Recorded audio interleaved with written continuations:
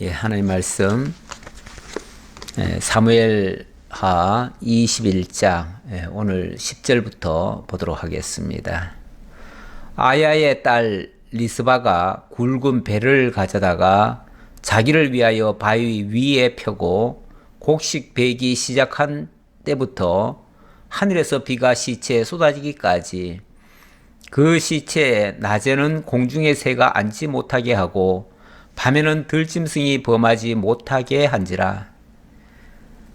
이에 아야의 딸 사울의 첩 리스바가 행한 일이 다윗에게 알려지매 다윗이 가서 사울의 뼈와 그의 아들 요나단의 뼈를 길르앗 야베스 사람에게서 가져가니 이는 전에 블레셋 사람들이 사울을 길보아에서 죽여 블레셋 사람들이 벳산 거리에 매단 것을 그들이 가만히 가져온 것이라. 우선 12절까지 봉독해 드렸습니다. 오늘은 첫 말씀이 좀 구슬픈 그런 이야기로 시작이 되네요. 지난번에 21장에 들어서면서 연부년, 그러니까 해를 거듭하면서 3년 동안이나 흉년이 들었다 그랬습니다. 3년 흉년 너무너무 힘들지요. 너무 힘들어서 하나님 앞에 기도했더니 이게 그냥 우연히 생긴 기근이 아니고 일찍이 사울이 너무나 엄청난 죄악을 저질러 가지고 그 원성이 기브온 족속들에 의해서 계속 하나님께 호소가 됐다는 거예요. 정말 억울한 죽음을 죽고 거기에 대한 그 소위 말해서 명예회복이라고 할까요? 그런 것들이 되지 않는 사람은 아마 그게 한으로 남을 것도 같아요. 세상에 그렇게 억울하게 죽어가는 사람들이 참 많지요. 남의 것을 빼앗기 위해서 억울하게 만드는 경우도 많고요. 또 무참히 짓밟혀가지고 정말 불쌍하게도 죽음이 되는 그런 사람들도 참 많습니다. 그 억울한 것을 풀 방법이 없지요. 그러니까 아마 그의 영혼들이 하나님께 호소했겠지요. 하나님께서는 그 때가 지나가면 다 없어지고 많은 것처럼 생각하지만 그렇지 않습니다. 우리 하나님께서는 모든 것을 다 기억하시고 다 알고 계십니다. 그러니 악한 자에 대해서는 언젠가는 그 징벌이 있을 수 있습니다. 물론 이거는 또 신학적으로 또 다시 말씀드릴 부분이 또 있기는 한데요. 그럼 뭐 하나님이 행한 대로 다 갚으시면 우리 다 죄인인데 우리 다 죽지 않겠느냐? 맞아요. 우리 다 죽을 죄인이에요. 그런데 마침 우리에게 메시아를 보내셔서 예수를 믿게 되고 그리스도 예수 안에서는 결코 정죄함이 없다고 하는 이러한 은혜의 말씀 때문에 우리가 거기서 노임을 받은 거지요. 그래서 이거는 은혜지요. 그 은혜를 입었기 때문에 우리는 감사함으로 나오지만은 만약에 그 은혜도 알지 못하고 그 사실조차도 믿지 못한다면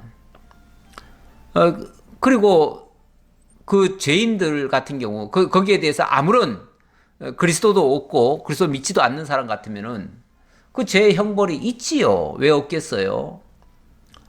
아니 죄가 있었는데 죄의 형벌이 없다면은 그거야말로 불공평한 거 아닌가요? 공의롭지 못한 거 아닌가요? 죄를 지었으면은 죄값을 받는 것이 원래 공의로운 거예요. 따라서 하나님도 알지 못하고 믿지도 않는 사람들 같으면은 그 형벌이 있음이 마땅합니다. 그래서 나중에 지옥이라는 것도 있잖아요. 그런데 이 사울 같은 경우는 사실 하나님 앞에 엄청난 범죄를 저질렀고 또 수많은 억울한 사람을 만들어냈습니다. 그래 놓고 그 문제를 해결을 못한 거예요. 해결 안 하고 그냥 죽은 거예요. 물론 뭐 그들이 죽음으로써도 그 죄값을 받았다라고도 말할 수 있겠지만 거기서 끝나는 게 아니죠. 그 사람들 죽었다고 해가지고 그럼 억울하게 당한 사람들은 뭘로 풀어지나요? 그 억울함은 무엇으로 해소가 되나요? 그래서 하나님께서는 그렇게 말씀하시는 거예요. 이 사울이 기브온 주민들을 너무 많이 학살을 해서 그들의 그 원한을 하나님께서 이렇게 징벌로 내리셨다. 이렇게 말씀하시는 거예요. 뭐 하나님 그렇게 말씀하셨으니까 하나님이 그렇게 섭리하시는구나. 우리는 그렇게 이해할 수밖에 없는 거죠. 그래서 이 문제를 어떻게 해결할까 싶어서 일단 억울한 일을 당한 그 기브온 사람들을 다윗이 불렀습니다. 불러가지고 우리가 어떻게 했으면 좋겠느냐. 그랬더니 그들이 요구하는 거예요.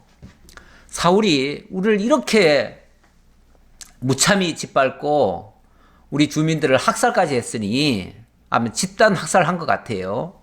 학살까지 했으니 여기에 대해서 어떤 식으로든 형벌이 가해져야 됩니다. 그렇지 않으면은 우리는 정말 분해서 살 수가 없습니다. 이런 식으로 얘기하는 거예요. 그럼 어떻게 했으면 좋겠느냐 그랬더니 뭐 그렇다고 그 사울 왕가를 다 죽이자고 하는 말은 아니고요. 그 중에 이 학살의 책임자가 있죠. 학살의 책임자. 그것을 어떤 위기를 돌파하려고 기본 주민들에게 학살을 계획하고 그래서 백성들의 마음을 그쪽으로 돌리도록 한 이런 아주 못된 생각한 사람. 그 사람은 아마 지금 죽었을 거예요. 죽었으니까 그 사람의 자손 가운데서 어쩌면 그 결과로 호요식하면서 잘 먹고 잘 사는 사람들이 있겠지요. 사실은 그들도 어찌 보면 공범이라고 볼 수 있어요. 공범이라고 볼 수 있는데 그걸 알면서도 거기에 대해서 사과도 안 하고 어떤 해소할 죄를 속죄할 그 의향도 없었고 그리고 악하게 자기네들은 성공했다고 큰 소리 치면서 사는 사람들 그런 사람들의 자녀 7명을 저희에게 넘겨주십시오. 그러면 우리가 그 7명을 여호와 앞에서 매달겠습니다. 이렇게 얘기하는 거예요. 그러니 사실 그런 식으로 하는 게 만약에 이게 사적 감정이라면 사적 보복이라고 하는 게 원래 법적으로는 허용이 되지 않거든요. 그런데 이게 만약에 국가법에 의해서 제정이 되거나 그런 법이 만들어져 가지고 적용을 한다면 그건 가능할 수 있죠. 그래서 국가는 그래서 법을 만들어서 그 법을 가지고 집행을 합니다. 그래서 사형까지도 시키죠, 사람들을. 아주 중대한 범죄를 저지른 사람은 사형을 시킵니다. 일종의 그런 국가의 법을 그 사람들에게 허락을 한 거죠. 집행만 그 사람들을 보고 하라고 한 거죠. 그렇게 해서 7명을 넘겨줬는데 그 사울의 그 아들 요나단의 아들에 대해서는 다윗이 그들은 넘겨주지 않았습니다. 넘겨주지 않고 그 사울의 첩이 낳은 자식들이 있어요. 그리고 사울의 딸 메랍이라고 하는 그 맏딸이 있는데 그 맏딸이 낳은 자식 가운데서 모두 7명을 넘겨줍니다. 넘겨주는데 그렇다고 멀쩡한 사람, 아무 죄도 없는 사람, 그런 사람을 넘겨줬다고 볼 수는 없고요. 틀림없이 그들도 죄가 있는 사람입니다. 그래서 그들은 자기들 죄로 죽는 거예요. 자기들 죄로 죽는데 이런 기회에 어찌 보면 그 기본 사람들의 그런 한을 달래주기 위해서 넘겨준 거죠. 자, 그래서 그들이 목매에 달려서 죽임을 당했습니다.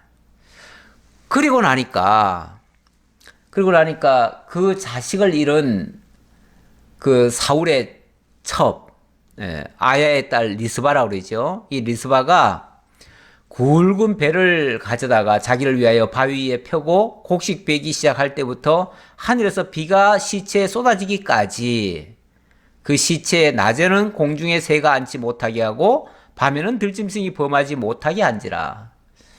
그렇죠. 아무리 죄값을 받고 사형 선고를 받아서 죽임 당한 자식이라 할지라도 그러나 너무 애처롭잖아요. 그런데 그 시신이 지금 뭐 그런 식으로 사형을 받았으니까 누가 그거를 곱게 장사 지내겠습니까? 장사 못 지냅니다. 6.25 전쟁 때 빨갱이로 몰려가지고 죽임을 당한 사람이 있습니다. 그런데 그 사람의 시신을 거두어다가 장사를 지내줬다는 이유만으로 또 빨갱이로 몰려가지고 죽임 당한 사람이 있습니다. 다시 말하면 이 완전히 사형에 해당하는 죄를 저지른 사람은요, 함부로 시신을 거두어다가 해줄 수도 없어요. 그것도 허락하지 않으면은, 그것도 했다가는 잘못 건드리면은 같이 죽는 거예요. 그만큼 엄격하게 하는 예가 있어요. 뭐 여기서 꼭 그랬다는 얘기는 아닌데, 이 리스바가 장사를 제대로 지내지는 못하고 대신 거기 새나 짐승들이 와가지고 시신을 훼손할 수가 있잖아요. 그러니까 그럴 때마다 새를 쫓고 또 짐승을 다가오지 못하도록 그 옆에서 그 배를 깔아놓고 그 바위 위에서 울면서 그걸 지켰다는 거예요. 언제까지 그랬는가?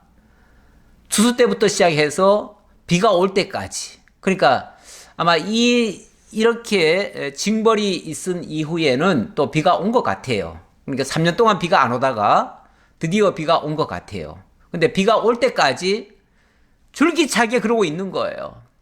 누가 봐도 이거는 너무너무 불쌍한 일이죠.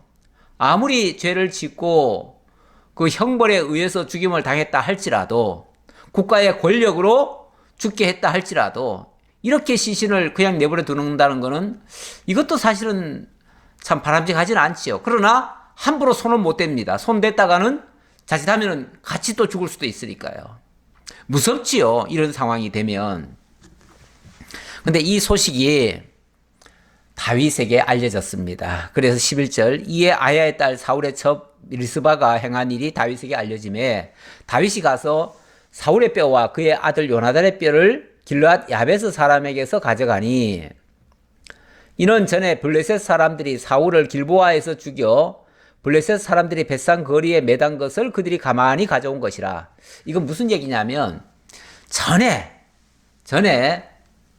사울과 요나단이 전쟁터에 나갔잖아요. 그리고 한날 한시에 죽었어요. 그리고 나니까 그 블레셋 사람들이 사울의 머리를 베어다가 벳산 성벽에다가 걸었어요.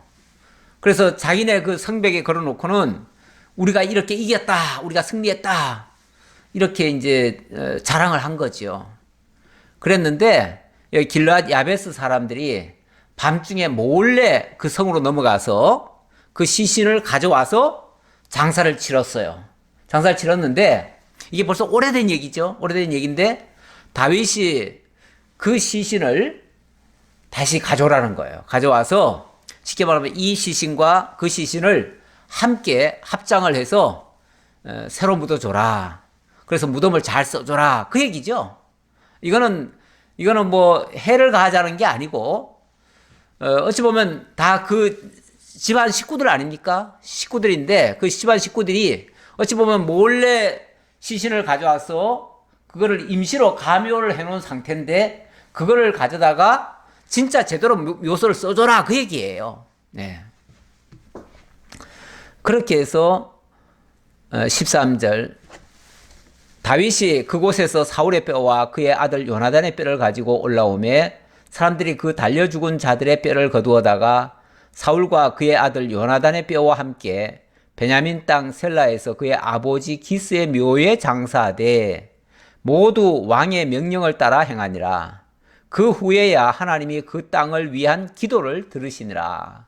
그 땅을 위한 기도를 들으셨다. 어찌 보면 형벌이 가해진 다음에 다 속죄가 되고 더 이상 문제는 일어나지 않았다. 해결이 됐다 그 얘기죠. 이 문제가 이렇게 해서 일단락이 됐다. 이건 이제 안 믿는 세계에서에 해당된다고 볼 수 있습니다. 이런. 근데 이 세상 정부라고 하는 게 어찌 보면 안 믿는 세계 아닙니까? 안 믿는 세계에서도 가끔씩 참 억울한 일을 당하는 경우가 있습니다. 우리나라 같으면은 옛날에 일제시대 때 굉장히 그 억울한 일을 당한 사람들이 많지요. 어찌 보면 그들이 지금도 한을 가지고 있어요. 일본에 대해서 한을 가지고 있어요. 그러면 일본에서 어찌 보면 그 한을 조금 달래줘야 되거든요. 좀 사죄도 하고, 좀 거기에 뭐 약간이라도, 좀 보상이라도 좀 하고 이랬으면 좋겠는데, 할 생각을 안 하지요. 그거 하는 순간 자기들의 죄를 고백하는 꼴이 되니까 그들은 절대 자기네 죄가 없다라고 지금 버틴기니까요. 이렇게 되면 계속 해결이 되지 않습니다. 사실 국가 간에 저지른 범죄라든지 또 국가가 국민들에게 저지른 범죄도 있어요. 우리나라도 사실 국가적인 범죄가 어떤 지역에 그렇게 일어난 경우가 있잖아요. 뭐 그런 경우 사실은 국가에서 정당한 보상도 좀 해주고 그 억울함을 좀 달래줄 필요가 있는데 그동안 그렇게 범죄를 저지른 쪽에서는 버팅기고 안 하지요. 피해 보상도 안 하고 속죄도 잘 안 합니다. 그렇게 되면 그 한은 계속 남습니다. 어쨌든 한이라고 하는 거, 물론 이거는 믿지 않는 세계 얘기입니다. 믿지 않는 세계 얘기인데 우리가 그리스도 예수 안에서까지 그 죄값을 옛날에 캐캐 묵은 죄값을 계속 파헤치자는 얘기는 아니에요. 그리스도 예수 안에서는 더 이상 그 문제를 가지고 얘기할 바는 아닌데 세상에서는 그렇다 그 얘기예요. 세상에서는 인과응보적인 역사들이 있잖아요. 그걸 우리가 부인할 수 없습니다. 그거를 우리 믿는 세계니까 우리는 전혀 상관없다 이렇게 얘기할 수는 없지요. 자, 어쨌든 이렇게 해서 일단락을 짓고 다음 단계로 넘어갑니다. 이렇게 되어지면 이제 문제가 그 부분은 이제 해결이 됐습니다. 자, 그래 놓고 자, 15절로 넘어갑니다. 15절. 15절부터는 이제 또 약간 장면이 바뀌죠. 여기서는 다윗이 그 블레셋 사람들과 그 이후에도 전쟁이 여러 번 있었던가 봐요. 그런데 그때마다 승리를 거두고 어찌 보면 이제는 그 평안한 그런 상태가 되어집니다. 소위 말해서 다윗 왕국,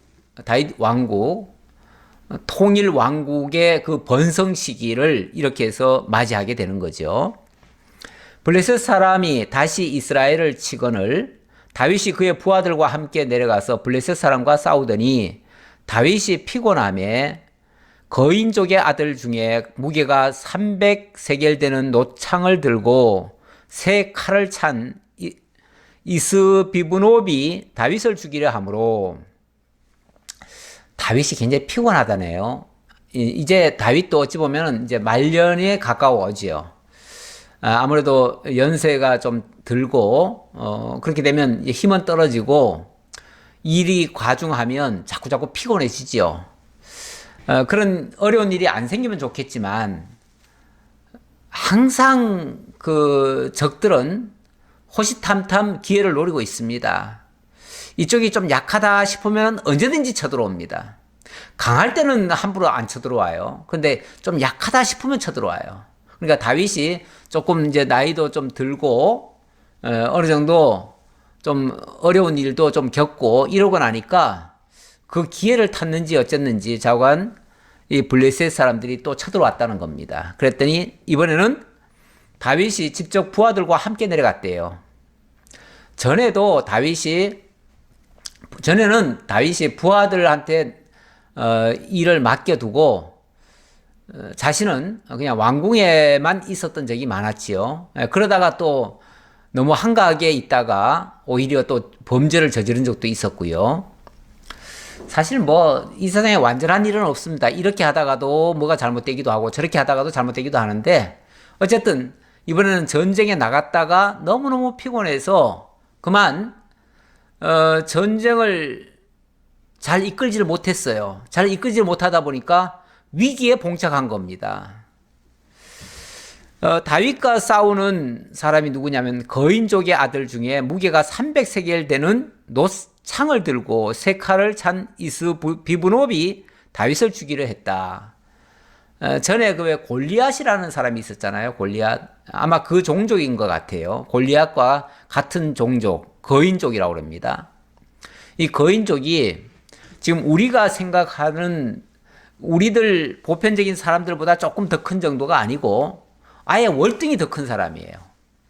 그러다 보니까 이런 사람은 힘이 너무 좋아가지고 보통 사람들이 들고 다니던 창이나 칼은 너무 시시한 거예요. 그것보다 훨씬 더 큰 걸 가지고 들고 다니고 그걸로 싸움을 하니까 완전히 상대방이 기가 죽지요. 그런데 어쩌다가 다윗이 그런 사람한테 지금 걸려든 거예요. 그런데 다윗은 너무 피곤해가지고 그만 쓰러졌어요. 쓰러진 상태니까 이거는 뭐 치면 죽는 거죠. 그래서 다윗이 절대절명의 위기 상황에 빠진 거예요. 그랬을 때에 스루야의 아들 아비새가 다윗을 도와 그 블레셋 사람을 쳐 죽이니 그때에 다윗의 추종자들이 그에게 맹세하여 이르되 왕은 다시 우리와 함께 전장에 나가지 마옵소서, 이스라엘의 등불이 꺼지지 말게 하옵소서 하니라. 하마터면 다윗이 죽을 뻔했죠. 때마침 그 광경을 아비새가 봤고 아비새가 쏜살같이 달려와가지고 그 다윗의 위험한 상황을 막아줬습니다. 막아주고 나서는 진짜 하마터면 큰일 날 뻔했지 않아요? 그러니까 왕이시여, 다시는 왕께서는 이제 전쟁터에 나올 생각하지 마세요. 왕도 옛날에 젊었을 때야 뭐 힘도 좋고 또 지략도 뛰어나고 그러니까 어떤 전쟁에 가더라도 왕이 진 적이 없어요. 지금까지 진 적이 없지만 이제는 아닙니다. 이제는 나이도 들었고 마음이야 항상 그렇습니다. 연세 드신 분들도 마음은 항상 청춘입니다. 그래서 뭐든지 다 할 수 있을 것 같습니다. 그런데 막상 뭘 하려고 하면요, 이 마음과 이 머리와 쉽게 말하면 손발이 안 맞아요. 그래서 머리로 생각하고 손발을 움직이는데 손발이 빨리 안 따라가다 보니까 그만 앞으로 엎어지든지 뒤로 나자빠지든지 이런 현상이 발생해요. 이게 생각과 이게 뭔가 타이밍이 맞아야 되잖아요. 그런데 안 맞으니까요. 전에 지금은 이제 돌아가셨지만 전에 김대주 장로님이 한번 우리 여름마다 봄마다 우리가 이제 그 소풍을 갔잖아요. 소풍을 가서 야외 예배를 드렸는데 그때 우리가 좀 재밌게 한다고 달리기를 했습니다. 달리기를 하는데 우리 장로님이 주일이라고 당신은 뭐 달리기 같은 그런 거 안 하고 그냥 예배만 드린다고 양복을 잘 빼입고 오셨어요.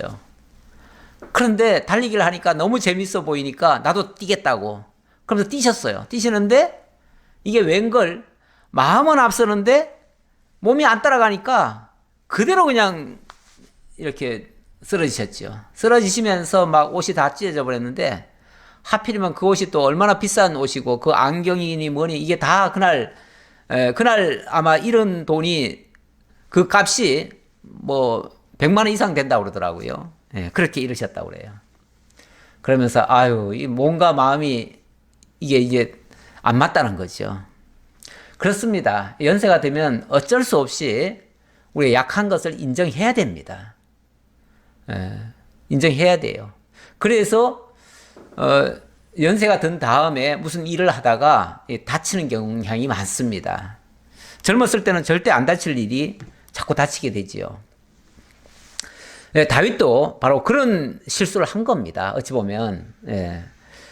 그랬다가 아비새가 그걸 막아줘서 죽지는 않았어요. 그 후에 다시 블레셋 사람과 곱에서 전쟁할 때에 후사 사람 십북에는 거인족의 아들 중에 삽을 쳐 죽였고, 또 다시 블레셋 사람과 곱에서 전쟁할 때에 베들레헴 사람 야레 오르김의 아들 엘하나는 가드 골리앗의 아우 라흐미를 죽였는데 그 자의 창자루는 배틀째 같았더라. 그러니까 여기 뭐 골리앗의 아우라고 이렇게 얘기를 하는데, 아마 어쨌든 그 집안 사람이에요. 그 집안 사람인데 이렇게 거인족의 사람들이 자꾸만 블레셋에 있어가지고 틈만 나면 자꾸 공격을 해오는 거예요. 그래서 지금 여기 몇 절 안에도 한 3번의 전쟁이 나왔네요. 그 전쟁을 통해서 위기에 봉착했지만 그때마다 용맹한 장수가 등장해서 그 위기들을 다 막아냈습니다. 근데 여기 보니까 이름들이 조금 특이하죠? 특이한데 아무래도 좀 다른 지역에 있던 사람들이 와서 그런 것 같아요. 자, 어쨌든 이렇게 전쟁이 있을 때마다 영웅이 또 탄생하기도 합니다. 원래 위기라고 하는 것은 또 다른 기회를 만들기도 하고요. 위기 때에 또 영웅이 탄생하기도 합니다. 그래서 이런 전쟁을 한번 겪을 적마다 영웅들이 탄생하고 또 승리를 맛보게 되니까 어떤 면에서 전쟁이 아예 없는 것보다 더 나을 수가 있어요. 이런 상황에서는. 뭐 그렇다고 요즘 전쟁을 바라서는 안 되겠죠. 요즘 전쟁이 있다가는 이거는 뭐 진짜 같이 전멸하는 상태가 되기 때문에 지금은 전쟁을 피해야 됩니다. 그런데 여기서는 하나님의 영광을 보게 하시려고 하나님께서 지금 다윗에게 자꾸만 접근하는 자들이 있게 만드는 거죠. 이렇게 위기를 만나고 그 위기가 돌파가 되어지면 그때 무슨 일이 발생합니까? 물론 영웅도 나타난다고 했고요. 또 하나님의 영광도 볼 수 있고요. 그렇게 되어지면 나중에는 이것이 다 찬양거리가 되어집니다. 찬양거리. 그래서 우리 하나님께서 어찌 보면 찬양거리를 자꾸 만들어주시는 모습이기도 해요. 자, 20절 봅시다. 또 가드에서 전쟁할 때 그곳에 키가 큰 자 하나는 손가락과 발가락이 각기 6개씩 모두 24개가 있는데 그도 거인족의 소생이라. 어찌 보면 뭐 6개씩이면은 기형이죠. 기형인데 너무 큰 거인이라는 거인들도 사실은 일종의 기형 아닐까요? 그렇게도 볼 수 있겠죠. 어쨌든 뭐 그런 사람이 있었다니까 있는 그대로 지금 소개가 되는 겁니다. 그가 이스라엘 사람을 능욕함으로 다윗의 형 삼마의 아들 요나단이 그를 죽이니라. 계속해서 원래 전쟁이라고 하는 게요, 명분을 만들거든요. 칠 공격할 명분을 만듭니다. 명분을 만들려면 상대방을 자꾸 자극을 해요. 자극을 할 때에 때로는 막 욕설을 퍼붓기도 하고 어떤 능욕하는 말도 하고 그렇게 합니다. 일부러 자꾸 찝쩍거리는 거죠. 찝쩍거리면 그쪽에서 어떤 반응이 나올 거 아닙니까? 그러면 그 반응 때문에 그걸 핑계로 해서 전면전을 벌이는 거예요. 그래서 전쟁할 때 항상 작은 충돌이 일어나는데 그 작은 충돌 관리를 잘못하면 큰 전쟁으로 발전합니다. 우리 남북 간에도 작은 충돌들이 조금씩 일어납니다. 그게 일종의 도발이잖아요. 그런 도발이 그거를 만약에 우리가 적절하게 잘 처리를 하지 못하면 그게 전면전으로 발전할 수가 있어요. 그래서 굉장히 그럴 때 조심하면서 사실은 그걸 대응을 해야지요.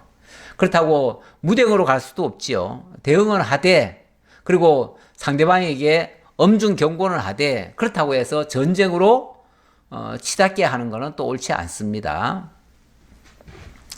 그러니 얼마나 사실 지혜가 많이 필요하겠습니까? 이 네 사람, 가드의 거인족의 소생이 다윗의 손과 그의 부하들의 손에 다 넘어졌더라. 이렇게 해서 그 거인들이, 그러니까 블레셋에서 내세울 만한 그 장군들이죠, 일종의 그 장군들, 거기에서는 아마 그 대장들을, 그 사람들을 다 대장을 세웠었나 봐요. 근데 그 사람들을 차례대로 네 사람이나 결국은 다 죽였다. 그렇게 해서 어찌 보면 다윗이 승리를 거둔 겁니다. 이렇게 승리를 거두게 되면 작은 승리 거둬가지고는 큰 기쁨이 없지요. 이렇게 큰 승리, 어찌 보면 대적이 크고 대적이 강한 자를 만나서 승리를 거두면 찬양거리가 많아집니다. 거기서 발견된 하나님의 영광이 크고요. 그래서 22장으로 넘어가니까 곧바로 찬송이 나오지요. 그래서 22장 1절로부터 7절에 보니까 다윗이 모든 대적에게서 구원해 주신 하나님 앞에 감사를 드립니다. 어찌 보면 이것은 거의 이제 다윗의 말년이라고도 볼 수 있는데, 말년에 지금까지 하나님께서 지켜주시고 베풀어 주신 그 은혜들을 기억하면서 하나님 앞에 감사하는 장면이다, 이렇게 볼 수 있습니다. 우리가 연세가 들고 나이가 들면은 모든 게 다 기력도 떨어지고 힘도 자꾸 약해지고 뭐 하던 일도 잘 안 되고 이럴 수도 있습니다. 그러면 사람들이 이제 안 된다고 이제 짜증이 나기도 하고 힘도 들고 그러면은 불평불만이 나올 수도 있어요. 내가 하나님 앞에 어떻게 해드렸는데 왜 하나님이 날 이렇게 힘들게 하시나, 이렇게 섭섭한 마음을 가지는 경우도 있어요. 언젠가 제가 신학교, 그때는 제가 목회하기 전인 것 같은데 그 신학교 교수가 그 얘기를 해요. 당신네 교회에 아주 열심히신 장로님, 그 권사님 부부가 있었는데 이분이 어느 날 풍을 맞았대요. 풍을 맞고 나서 그러고 나서는 그 뒤부터는 교회를 안 나오시더래요. 그래서 처음에는 뭐 아프시니까 그런가 보다 하고 생각했는데 계속 안 나와서, 그래서 나중에 이제 신방을 가보니까 막 원망을 하더라는 거예요. 내가 하나님 앞에 얼마나 충성을 했는데, 새벽 예배도 한 번도 안 빠지고 그렇게 정말 새벽 예배 꼬박꼬박 참석하고 이렇게 했는데 하나님이 내게 이렇게 해주실 수 있느냐고, 하나님이 살아계시다면 이러실 수 있느냐고, 그러면서 막 원망을 하더래요. 그럴 수도 있지요. 원망이 나올 수도 있을 거예요. 진짜 자기가 마음과 뜻과 정성을 다해서 하나님을 섬기고 하나님 앞에 충성을 다했으면은 자기 지금 닥친 환경을 보니까 좀 억울하지요. 왜 하나님이 나한테 이렇게 하실까? 왜 나한테 이렇게 어려운 일을 주실까? 섭섭할 수도 있지요. 내가 하나님 앞에 얼마나 잘해드렸는데. 내가 잘해드렸다고 생각하면 그런 수가 있어요.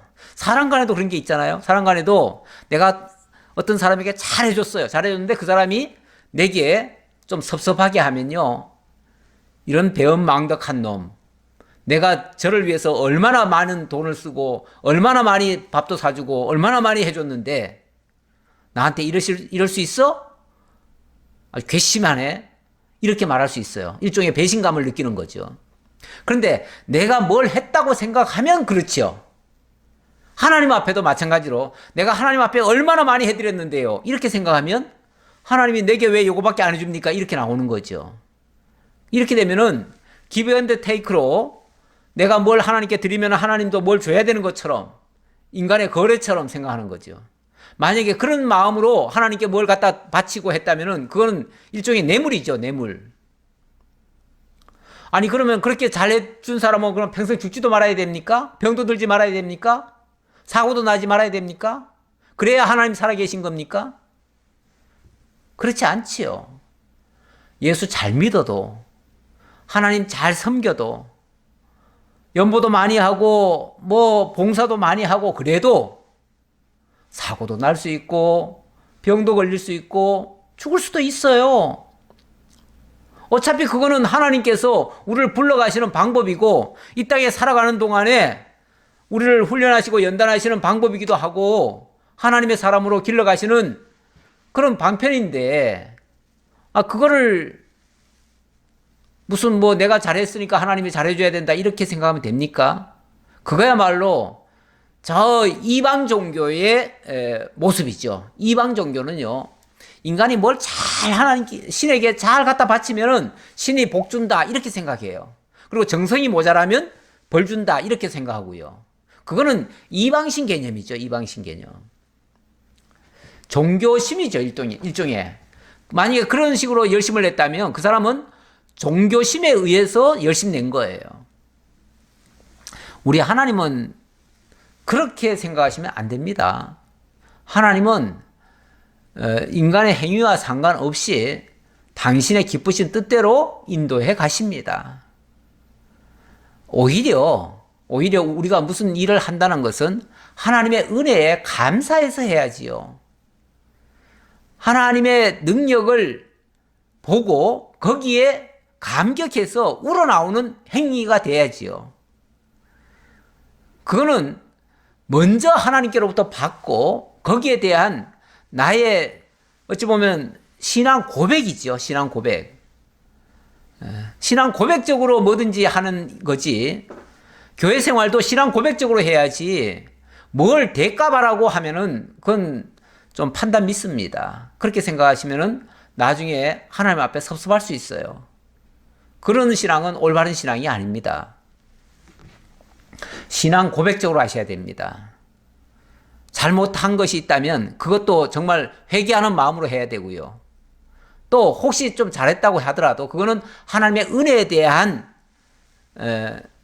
보답 차원이라고도 볼 수 있겠죠. 뭐 보답이라고 표현하기가 좀 그렇긴 한데 어쨌든 그건 신앙 고백적으로 해야 된다. 연보도 마찬가지고 봉사도 마찬가지고.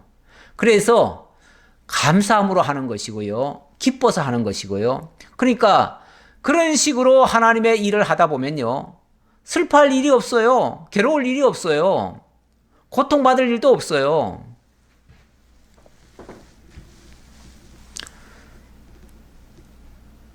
신학교에 교수들이 최근에 무슨 일이 있었냐면은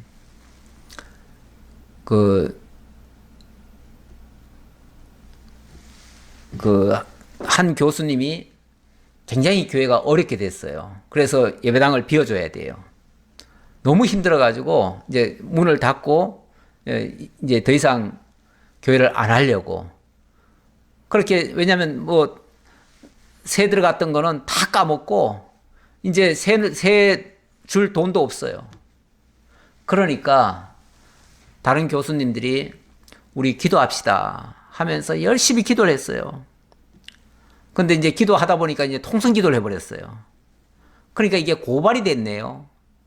고발이 되니까 경찰도 오고 또 구청에서도 와가지고 요즘 코로나 시기에 이렇게 통성 기도하고 이런 식으로 하면 어떡하냐고.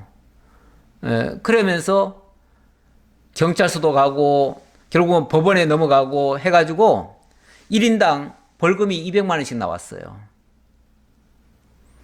그런데 이분들이 벌금 200만 원씩 맞고 그러면서도 돈을 또 각자 얼마씩 출연을 해가지고 그 교회 문 닫게 된 그 교회를 다시 새를 만들어가지고 또 교회를 하나 세워줬어요. 그리고 하는 말이 기도하다가 벌금 맞는 거는 영광이다. 그렇게 생각하더라고요. 막 원망하고 나 고발한 놈 그놈 막 저주하고 이러지 않고 오히려 그건 좀 악의적으로 고발한 거예요. 누군가 그 같은 건물에 있는 사람이 그랬는데 그래도 그 사람 원망하는 게 아니라 우리가 정말 기도하다가 걸려서 벌금 낸다면 이건 영광이다. 물론 뭐 저는 그렇게까지는 찬동하고 싶지는 않지만 어쨌든 생각이 저는 아주 참 그래도 믿는 목사님들이고 또 교수를 하고 그러다 보니까 희생적으로 하는 모습이 저는 너무 좋더라고요. 우리가 그리스도 예수 안에서는 어떤 일을 만나더라도 감사함으로 나와야 됩니다. 불평으로 나오면 안 됩니다. 기쁨으로 나와야 되고요. 그걸 긍정적으로 해석을 하셔야 됩니다. 그래야지 교회를 하다가 무슨 일 조금 안 되면 누구 때문에 뭐 때문에 누가 뭘 했기 때문에 이런 식으로 원망하고 불평하는 것은 굉장히 좋지 않습니다. 다윗도 지금 이런 여러 가지 어려운 일을 만나고 나니까 말년에 곰곰이 지금까지 지내오면서 하나님이 복 주신 것을 헤아려 본 것 같아요. 우리 찬송가에 그런 게 있죠. 하나님이 주신 복 세어보아라. 우리가 얼마나 많은 복을 받았는지. 그 복 받은 것 생각하면요, 원망할 거 하나도 없습니다. 불평할 거 하나도 없어요. 오늘 죽더라도 감사한 거예요. 병이 들어도 감사한 거예요. 예. 왜요? 그동안 얼마나 많은 복을 받아서 누리고 살았는데요. 그리고 이 다음에 설령 이것 때문에 내가 죽는다 할지라도 영원한 천국을 누릴 건데요. 그 받은 복이 얼마나 크고 감사한데요. 내 그 많던 죄와 정말 죽을 지까지도 하나님께서 다 사해 주셨는데 그것만 생각해도 다른 거 다 고사하고 나 죄 사해 주신 것만 해도 감사한 거 아닌가요? 무슨 불만이 있어요? 무슨 불평이 있어요? 예수 믿고 불평한다는 거는 안 믿는 거예요. 안 믿으니까 불평이 나오지 예수 믿는다면 어떻게 불평이 나오겠어요?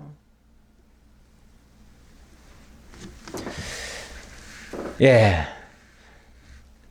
22장 1절입니다. 여호와께서 다윗을 모든 원수의 손과 사울의 손에서 구원하신 그날에 다윗이 이 노래의 말씀으로 여호와께 아뢰어 이르되 여호와는 나의 반석이시요 나의 요새시요 나를 위하여 나를 건지시는 자시요 내가 피할 나의 반석의 하나님이시요 나의 방패시요 나의 구원의 뿌리시요 나의 높은 망대시요 그에게 피할 나의 피난처시요 나의 구원자시라 나를 폭력에서 구원하셨도다. 한마디로 말하면 하나님 구원해 주신 거 너무너무 감사합니다. 그 얘기예요. 그 얘기인데 구구절절 얘기합니다. 왜냐하면 겪은 게 너무 많아가지고요. 때로는 하나님이 나의 든든한 반석이 되어주셨음을 기억한 거예요. 반석이 뭡니까? 큰 바위죠. 큰 바위. 큰 바위 뒤에 딱 숨으면요. 아무리 저기 화살을 쏘든지 뭐 태풍이 오든지 비바람이 불든지 아무 상관없어요. 그 반석 안에 들어가면요. 아무것도 나를 해할 수가 없어요. 그리고 나의 요새시요. 요새라는 것도 그런 거 아닙니까? 아무도 모르는 곳, 거기 정말 비밀한 곳, 그곳에 나를 하나님이 숨겨주셔요. 안전한 거죠. 그 주님 안에만 들어가면은 완전히 요새가 돼가지고 적은 그쪽을 들여다보지도 못해요. 이렇게 안전한 곳. 그리고 나의 방패시요. 구원의 뿌리시요. 방패는 모든 거 막아주는 거 아닙니까? 어떠한 외적이라도 다 막아주는 거. 구원의 뿔은 그런 가운데서 승리의 뿔을 높이는 거죠. 승리했다 그 얘기죠. 그리고 나의 높은 망대시요. 피난처시요. 구원자라. 높은 망대. 나를 높은 곳에 올리셨다 그 얘기죠. 높은 망대에 올려가지고 모든 것 위에 올려주신 거 너무너무 감사하다. 이 모든 것들이 다 어찌 보면 나를 향해서 달려오는 다 폭력들인데 거기로부터 나를 안전하게 건져주셨다. 구원하셨도다. 내가 찬송받으실 여호와께 아뢰리니 내 원수들에게서 구원을 받으리로다. 찬송받으실 여호와. 그러므로 하나님은 찬송받기에 합당하신 분이십니다. 마땅히 찬송받으실 분이십니다. 이렇게 찬양하는 거죠. 사망의 물결이 나를 애우고 불의의 창수가 나를 두렵게 하였으며 스월의 줄이 나를 두르고 사망의 올무가 내게 이르렀도다. 이거는 그동안 자기가 겪었던 그 험난한 것들을 얘기하는 거예요. 험난한 것들. 얼마나 많은 어려움들이 있었습니까? 마치 사망의 물결처럼 나를 뒤덮었었고, 사망의 물결이, 그러니까 곧 죽을 일들이, 물이라고 하는 게 원래 덮어버리면은 숨을 못 쉬잖아요. 죽잖아요, 그대로. 그리고 불의의 창수가 나를 두렵게 하였으며, 이 창수라고 하는 거는 그 물결보다도 더 큰 걸 얘기하는 거예요. 막 큰 파도 같은 것들이 덮치는 거죠. 스월의 줄이, 스월이라고 하는 건 저 음부를 얘기하는 거 아닙니까? 음부. 음부에서 마치 줄이 와가지고 나를 딱 묶어가지고 끌고 내려가듯이 이렇게 됐었다는 거죠. 또 사망의 올무, 마찬가지예요. 사망의 올무가 곳곳에 덫이 놓여가지고 진짜 한 발짝만 잘못 디디면은 그대로 무적행에 떨어지듯이 그렇게 죽을 뻔한 일들이 얼마나 많았는지 몰라요. 사실 지나온 날들을 가만히 돌이켜보면 참 위기 많았습니다. 뭐 제 얘기가 아니라 누구든지 마찬가지입니다. 누구든지 지나온 세월 속에서 죽을 뻔한 일들이 한두 번이겠습니까? 정말 죽고 싶었을 때도 있었을 테고요. 사실은 저도 그럴 때가 있었습니다. 죽고 싶을 때도 있고요. 죽을 뻔할 때도 있었고요. 정말 함정에 빠졌을 때도 있었고요. 스스로는 어떻게 헤쳐나올 수 없는 어떤 방법을 찾을 수 없는 상황인데 정말 기적적인 방법으로 거기서 헤어나오는 그런 일도 있었어요. 여러 번 있었지요. 뭐 다윗은 더 말할 것 없지요. 우리가 다윗의 그 기사를 지금까지 쭉 봤잖아요. 사울이 10번, 100번 더 죽이려고 그렇게 공작을 하고 함정을 파고 온갖 짓을 다 했잖아요. 그런데 하나님께서 정말 기적적인 방법으로 그 사울에게 완전히 포위됐다가도 거기서 풀려나오고, 뭐 도간에 든 쥐처럼 굴 속에 갇혔다가도 거기서 오히려 사울을 서늘하게 만들고 돌아오고, 이런 예가 한두 번입니까? 내가 환난 중에서 여호와께 아뢰며 나의 하나님께 아뢰었더니 그가 그의 성전에서 내 소리를 들으시며 나의 부르짖음이 그의 귀에 들렸도다. 나의 부르짖음이 그의 귀에 들렸도다. 다 하나님이 다 들으셨다. 하나님이 다 보셨다. 하나님이 다 알아주셨다. 그러니까 하나님이 응답하시고 결국 그때마다 하나님이 다 피하게 해주셨다, 그 얘기죠. 그게 응답이에요. 뭐 응답이라고 그래가지고 내가 뭐 하나님 앞에 뭘 구하면은 즉각 들어주시고 안 들어주면 응답 없는 것처럼 그렇게 생각하지 마시고, 지금까지 살아오면서 그 모든 역경 다 지나오게 하신 것, 그리고 오늘 내가 있게 한 거, 내가 하나님 앞에 이렇게 서 있는 거, 이 전체가 하나님의 응답입니다. 하나님 다 보고 계셨습니다. 다 알고 계셨습니다. 내가 억울했으면 억울한 것도 다 아시고요. 내가 슬퍼했으면 슬픈 것도 다 아십니다. 그러니 그 하나님이 나와 동행하시고 정말 독수리 날개처럼 때로는 그 위험한 상황에서 나를 업어서 옮겨주시기도 하셨습니다. 결국 하나님이 다 해주신 거예요. 그러니 감사하면서 우리 남은 여생 정말 죽는 그날까지 하나님 찬송하며 가겠습니다. 이제는 받은 복 세워보면서 하나님 은혜 영광 찬양하고, 그리고 주님 부르시는 그날 기쁘게 주님 앞으로 달려가겠습니다. 이런 심정으로 살아가는 것이 진정한 성도의 참된 모습이다. 그렇게 생각이 듭니다. 기도하겠습니다. 아버지 하나님 감사합니다. 오늘도 하나님이 저희를 사랑하셔서 이 다윗의 찬송, 그 어려운 시절 연분연 3년 기근도 또 문제를 잘 해결하게 하시고 또 블레셋의 침공도 잘 막아내게 하시고 그동안 지금까지 살아오면서 하나님 베푸신 그 은혜를 기억하면서 또 찬송하는 모습을 살펴보았습니다. 언제나 하나님 함께 하셨습니다. 언제나 하나님 외면하지 않으시고 모든 기도 다 응답하셨습니다. 저에게도 하나님 여전히 함께 하시는 줄 저희들 믿고 남은 여생들 찬양하며 살아가는 저희 모두가 되게 하옵소서. 다시 만날 때까지 지켜주옵시길 간절히 바라옵고 예수님 이름으로 기도하옵나이다. 아멘.